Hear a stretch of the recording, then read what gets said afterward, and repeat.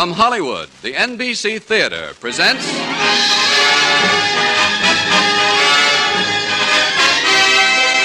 Screen Directors Guild assignment. Production, Mr. and Mrs. Smith. Director, Alfred Hitchcock. Star, Robert Montgomery.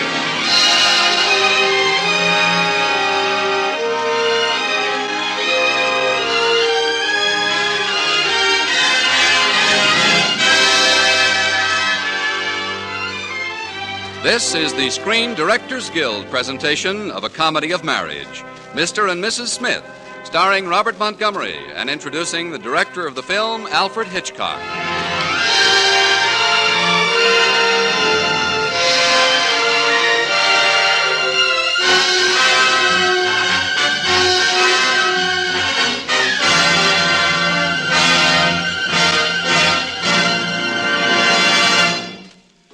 Like every other art, the motion picture has developed its own popular catchphrases of evaluation and criticism. One of these is the Hitchcock touch. The Hitchcock touch is more than an artist's signature. It represents the highest pitch of the screen director's art, an indelible impression of the director's unique talents upon the other ingredients of the film. And now it is with pride that the NBC Theater presents the screen director of Mr. and Mrs. Smith and such other unforgettable pictures as Rebecca, Shadow of a Doubt, Spellbound, Notorious, and Rope. Ladies and gentlemen, Alfred Hitchcock.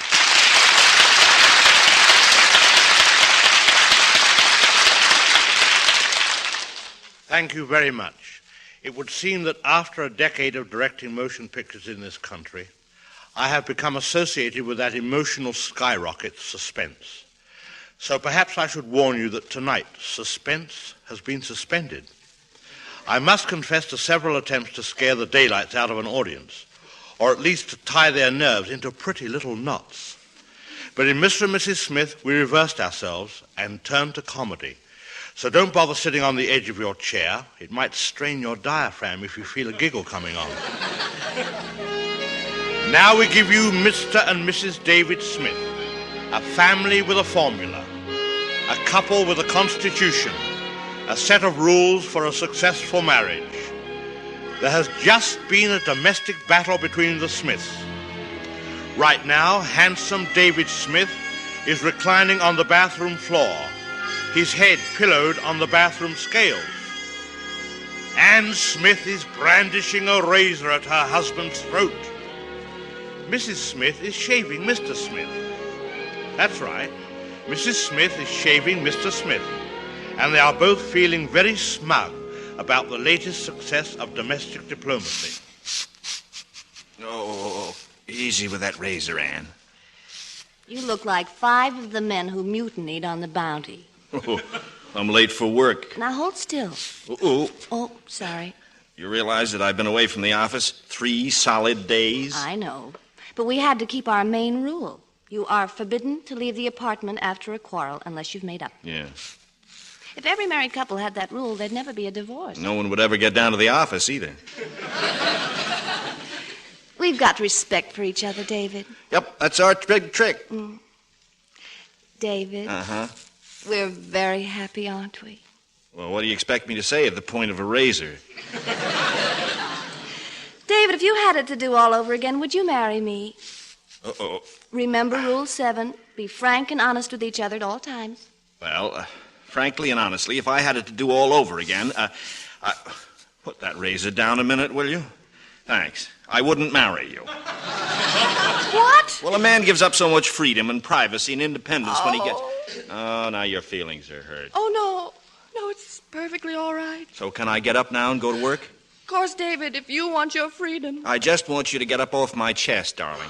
I don't want to cling to my husband if I'm not wanted. And I do want you. I love you. I'm crazy about you. I'm used to you. Oh, if my only hold on you is that you're used to me. Darling, you're my little girl, and I'm frantic about you. Now, forgive me. Say you forgive me. Oh, come on, say you forgive me. I forgive you. Well, give me a kiss. Now, can I get up and go back to work?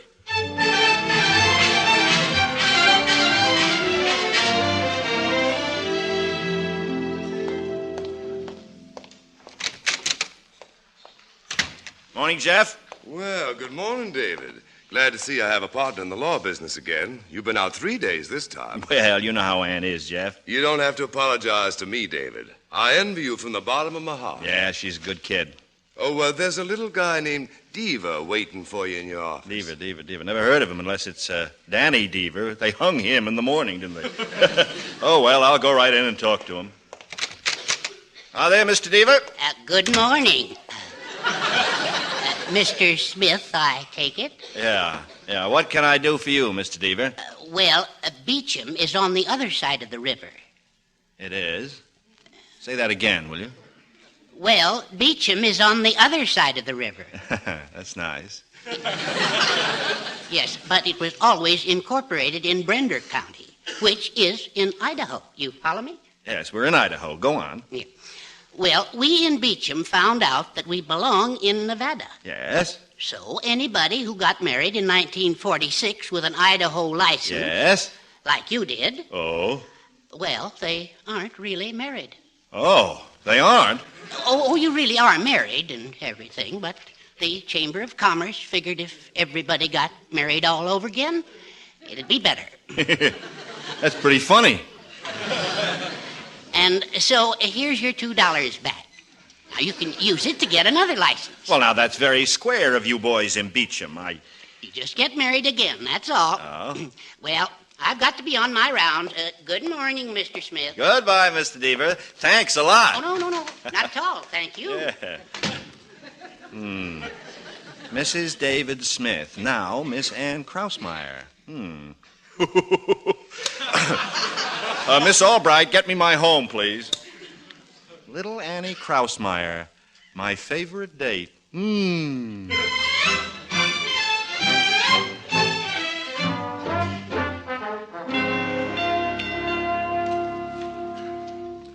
And with Beecham on the other side of the river, Mrs. Smith, that makes us in Nevada, not Idaho.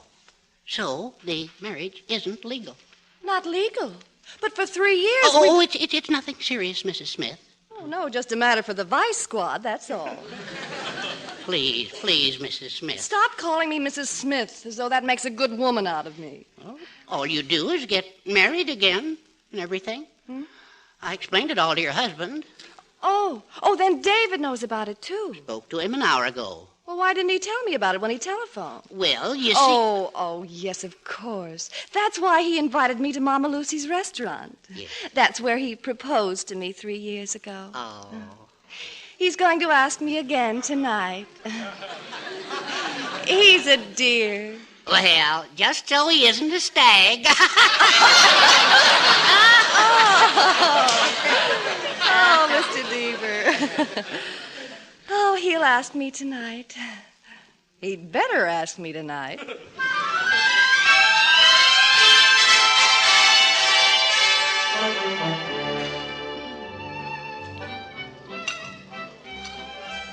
It's a lovely dinner, isn't it, David, dear? Going up in price since 3 years ago. Yeah, well, some things haven't. I mean, like postage. Yeah, airmail just went up to 6 cents. Well, yes, but I mean, like permits and licenses and stuff. Yeah, fine if you own a dog. David. Now, don't nag me about buying a dog again, dear, no. David, Yeah? where are we going to go after this? Home? Well, aren't we supposed to do something before we go home? Nope. Just go home. Oh. What happened at the office today? Anything new, exciting, unusual? Same old routine, same old palaver. Yakety, yakety, yakety, yakety, yakety, yakety. That's all? That's all.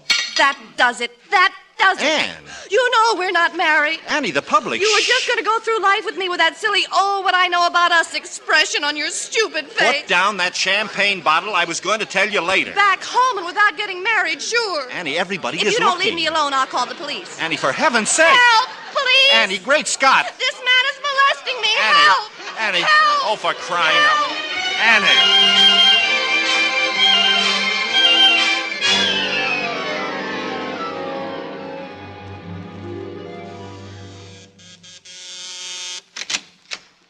Well, Remember me? libertine. Brought you flowers. Eat 'em. Ow! By Doze! You broke By Doze! By Doze is bleeding. Hey! Ed, open this door at once. Ed! Eddie!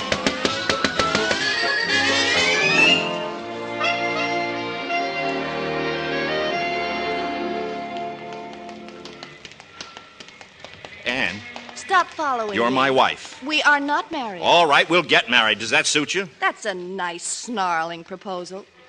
Well, I wouldn't have you. What's the matter with me? Name one thing about me you don't like. Oh, my, aren't we vain? One thing I am not is vain. Oh? What about that tar stuff you kept rubbing in your hair that smelled up the bedroom? I was only trying to keep my hair for you. Well, keep it for yourself. I've got hair. Now beat it before I call the police. Now, you see here, Annie. Help! Police! Annie. Measure! Annie. Measure! Public nuisance! Oh, Annie. Measure!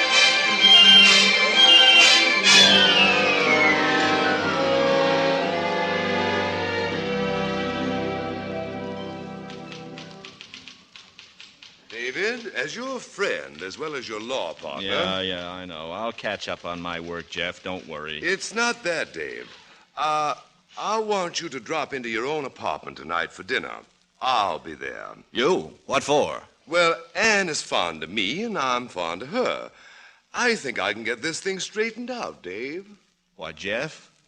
Why, Jeff, you're the best friend a fella ever had. We're partners, aren't we? You're the best partner a fella ever had. We were schoolmates, David. Yes, and you were the greatest halfback that Alabama ever had. You mean that, Dave? I used to think that Hinkle was the greatest, but Hinkle couldn't lay a hand on you. Thank you, David boy. Thank you.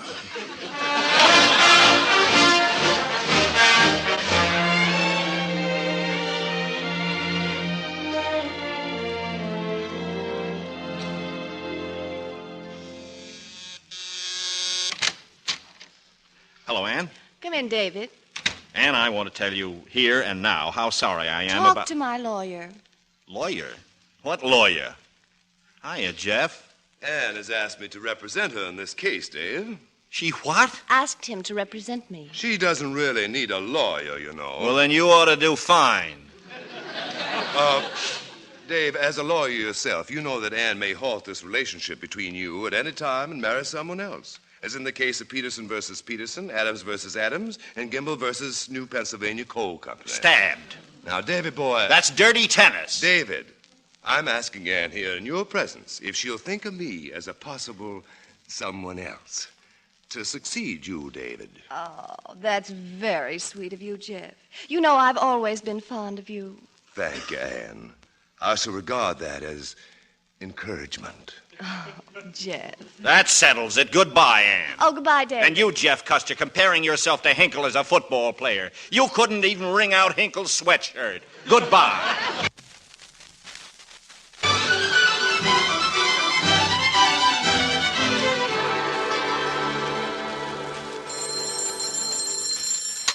Hello? Anne, darling. Oh, yes, Jeff. Great news. My mother and dad have just come up from Alabama. They want to meet you. Meet me, but I'm a Yankee. When they see you, they'll forgive you.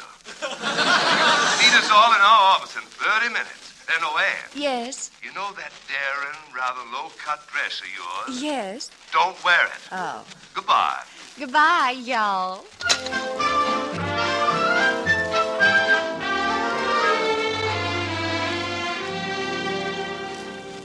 So, you're my boy's fiancée. Well, yeah. Those lovely Confederate gray eyes. Well, thank y'all.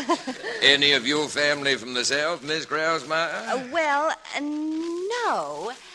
Oh? But an ancestor of mine deserted from the Union Army. Many Northerners saw it that way. Yes, I commend him quite highly. Son, this young lady will do. Jeff, my secretary tells me that... Am I interrupting something, Jeff? Mother, father, David Smith, my partner. How do? Happy to know a partner of Jefferson, sir. And this is Anne Krausemeyer, Jeff's fiancée. We've met, I think. Fiancé? And I was just about to suggest a boat trip for Anne and Jeff to New Orleans. Boat trip? Oh, but Anne isn't a very good sailor. I know. I tell you what, though, Jeff. If she gets sick on the boat, you put her to bed and put a hot water bottle on her stomach and hold it there. Hold it there? No matter how she hollers, you hold it there. Never failed with us, did it, Ann? David fancies himself quite the doctor. Yes, and by the way, Ann, when does my laundry come back? I'm out of shorts. Shorts? His running shorts, Mrs. Custer. Every morning, David runs 5 miles. Runs? He's a Yankee, all right. Ann sort of took care of David's things around the house, Mother. Yes, best little housekeeper you ever saw. And let me tell you something. I know of no finer compliment than this. When I've been sitting across the breakfast table for a woman for 3 years and still want to marry her, that girl has something.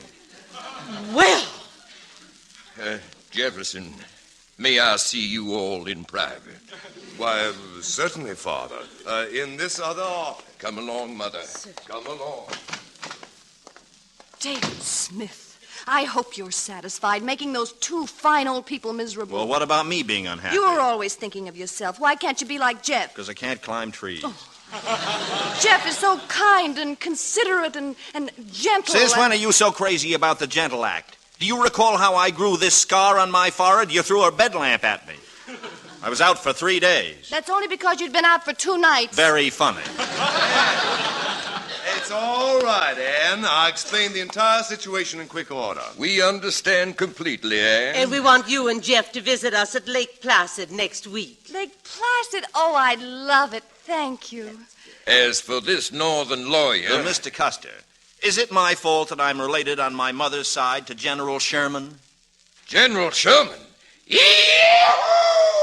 Father!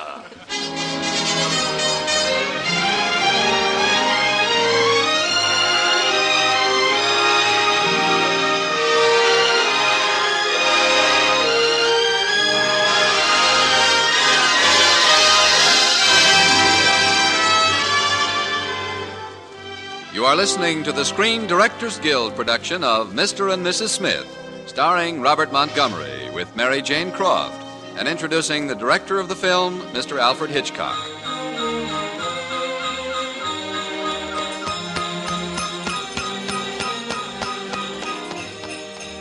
Bye. Bye. Thanks for driving us up here, boys. We'll telephone the hotel if we need you. All right, Mr. Custer. Oh, this air's so invigorating. Whew. Wonderful. There's our cabin, Ann. Oh, it's large, isn't it? There are 3 suites altogether. 3 suites in a unit. Oh, I see. You'll find your suite quite comfortable, I trust. They're adjoining, but not connecting. Oh, dear, proper Jeff. Hey, maybe there'll be some time for skiing before it gets dark, huh? Oh, Jeff, who's that coming out of the suite on the other side of my suite? Devil. It's David. The same thing. Oh, he's ill. Look, he's staggering. He'll fall down the steps. David, you'll fall. Oh. He did. David! David!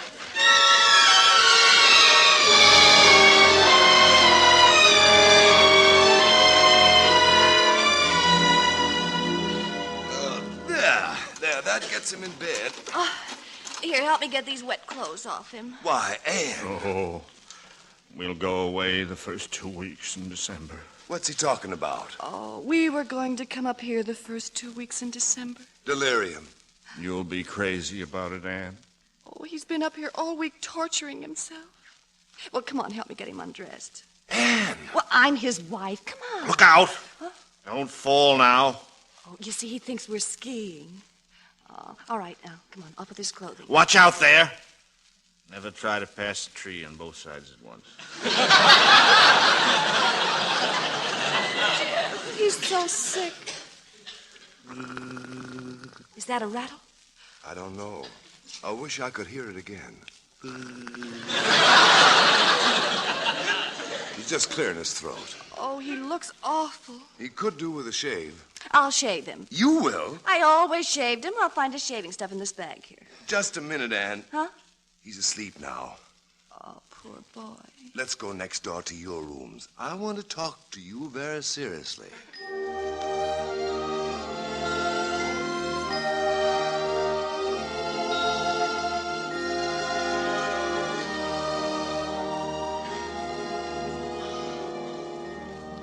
So that's my position, Anne.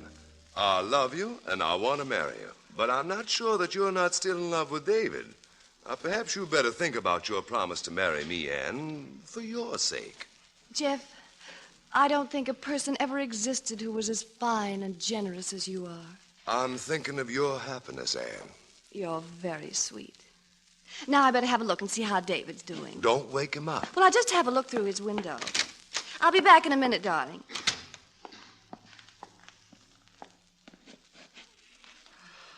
Oh, the beast! The scheming, tricky beast! I'll murder him for this. I'll have his heart out. You! Anne.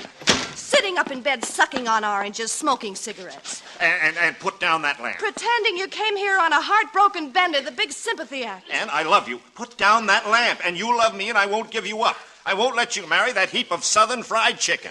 I love Jeff, and he loves me, and don't you call him fried chicken. You're not going to get married. We are going to get married. You can't. What kind of a combination is fried chicken and calf's brain? You! Well, all right. I've done all I could to win you back because I wanted you back. I've neglected my work and lost clients, and now I'm through. Washed up. Go on, marry the guy. I hope you'll be very happy. And may all your children be dietitians. Oh, you!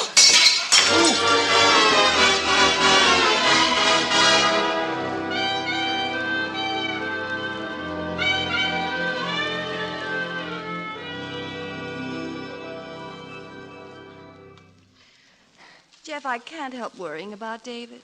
He really does love me. And now he'll take to drinking. Or he'll find someone else, Anne. Oh, no. I'm afraid he'll ruin a brilliant career on account of me. If I could only make him hate me, despise me, if I could disillusion him somehow, if I could make him think that Yes, Jeff, you go back to your suite. And whatever you hear in here, don't do a thing. What are you going to do, Anne? The walls are paper thin. He could hear everything if I pretended you were still here and, well, not the gentleman that you are. Oh, I understand. Yes. This is a mighty fine thing you're doing for him, Anne. Yeah. Well, now, go out, but don't make a sound. Good night, Anne. Okay, good night. Good night. Good night. Well, here goes. Oh, Jeff! No! Oh, Jeff, you were always such a gentleman. No!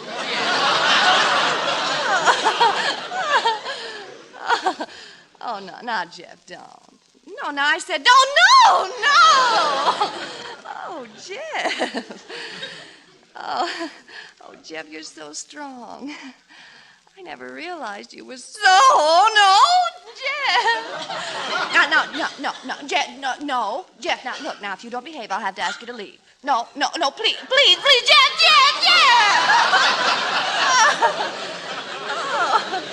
Oh, Jeff. Oh, no, what would your coach at Alabama think if he knew it?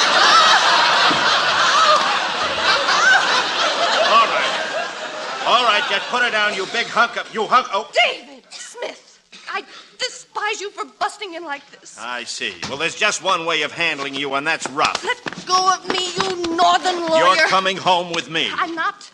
Jeff, help! SOS! Jeff, help! Anne, David, come to your senses, both of them. Hit him, Jeff. Let him have it. Myrtleize the bum. Well, start murderizing. David, I'll forgive you. Oh. For heaven's sake. Well, would you respect me more if I knocked him down, Anne? Would I? Why, you big hunk of southern fried chicken. What? I'll bet your mother was scared by a magnolia blossom. No. Now get out of here before I forget I'm a lady. The lady says be so kindly as to scram, Jefferson. Gladly. And what a narrow escape I've had. Your slip is showing. I'm getting out of this clam bake. Chicken fry. Chicken fry. Hey, what are you doing with the skis? The sleigh service is discontinued after 10 at night. Well, spend the night here. Not on your life. Okay. Here, let me fasten your skis for you. No, it's all right. It's all done. All set to go? One side, please. One moment. Get your hands off of me. A gentle, firm pressure on the shoulders quit like this. Quit shoving. Hey! may easily upset a skier and render him or her helpless. Pull me out of this chair. You hear me? Hmm? What are you going to do? I warn you, I'll kill you in cold blood. Some night when you're fast asleep, I'll... Shut up. At breakfast, there'll be ground glass, and I said shut up. I'll say I was cleaning my gun when accidentally... Hmm? I'll even say... Yes? Oh, David.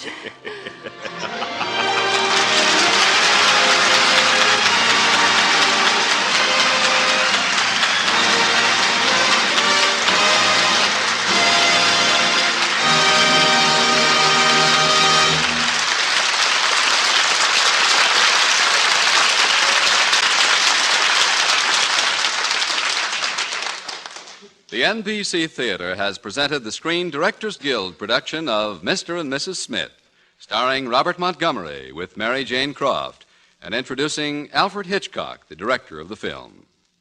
Next week, the NBC Theater brings you the scintillating comedy Hired Wife, starring Rosalind Russell, and presenting screen director William Seiter. And now, here again are tonight's stars, Robert Montgomery and Mary Jane Croft, and screen director Alfred Hitchcock.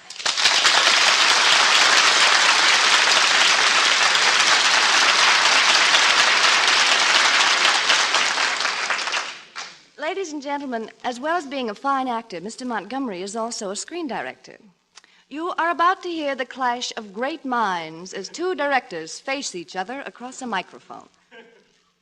Hello, Bob. Hello, Hitch. Well, Well, what? well, aren't you going to talk shop? Shop. Whatever you're talking about, Mary Jane. Well, you're both directors, aren't you? Mary Jane, Alfred Hitchcock is more than a director. He's a force, a state of mind. A state of mind? Have you ever seen a state of mind with a 92 3/4-inch waist measurement? Well, you know, there's one thing bothering me about our radio version of Mr. and Mrs. Smith. It didn't have the Hitchcock trademark, did it, Mr. Montgomery? You know, that's right. Hitch, you can't place yourself in a radio scene the way you do in a picture just to identify the Hitchcock product. Ah, that's where you're wrong. Do you remember the sound of shaving in the first scene? Yeah? Oh, when I was supposed to be shaving, Mr. Montgomery? Yes. Well, when the sound man made that noise, those were my whiskers being scraped. Ah, the Hitchcock touch. Good night, Hitch, Mary Jane. Good night. Good night. Good night. And good night to you, Robert Montgomery, Mary Jane Croft, and Alfred Hitchcock.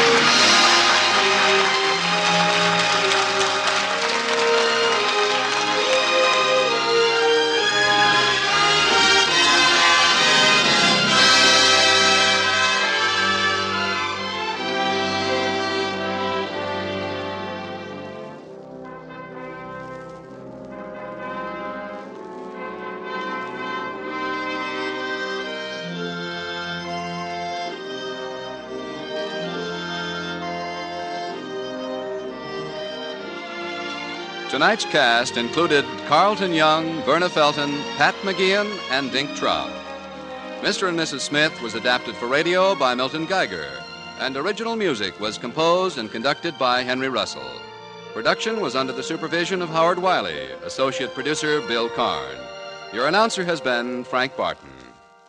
Mr. and Mrs. Smith was produced by RKO, producers of the Technicolor production The Boy with Green Hair, starring Pat O'Brien, Robert Ryan, Barbara Hale, and Dean Stockwell as the boy. Robert Montgomery may currently be seen in the Warner Brothers production June Bride. Soon to be released is Alfred Hitchcock's new picture, Under Capricorn, starring Ingrid Bergman and Joseph Cotton. Listen again next week when the NBC Theater presents Screen Directors Guild assignment. Production, Hired Wife. Director, William Seiter. Star, Rosalind Russell.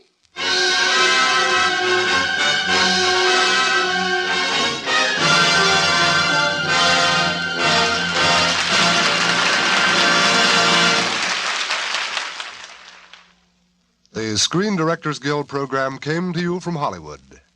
This is NBC, the national broadcasting company.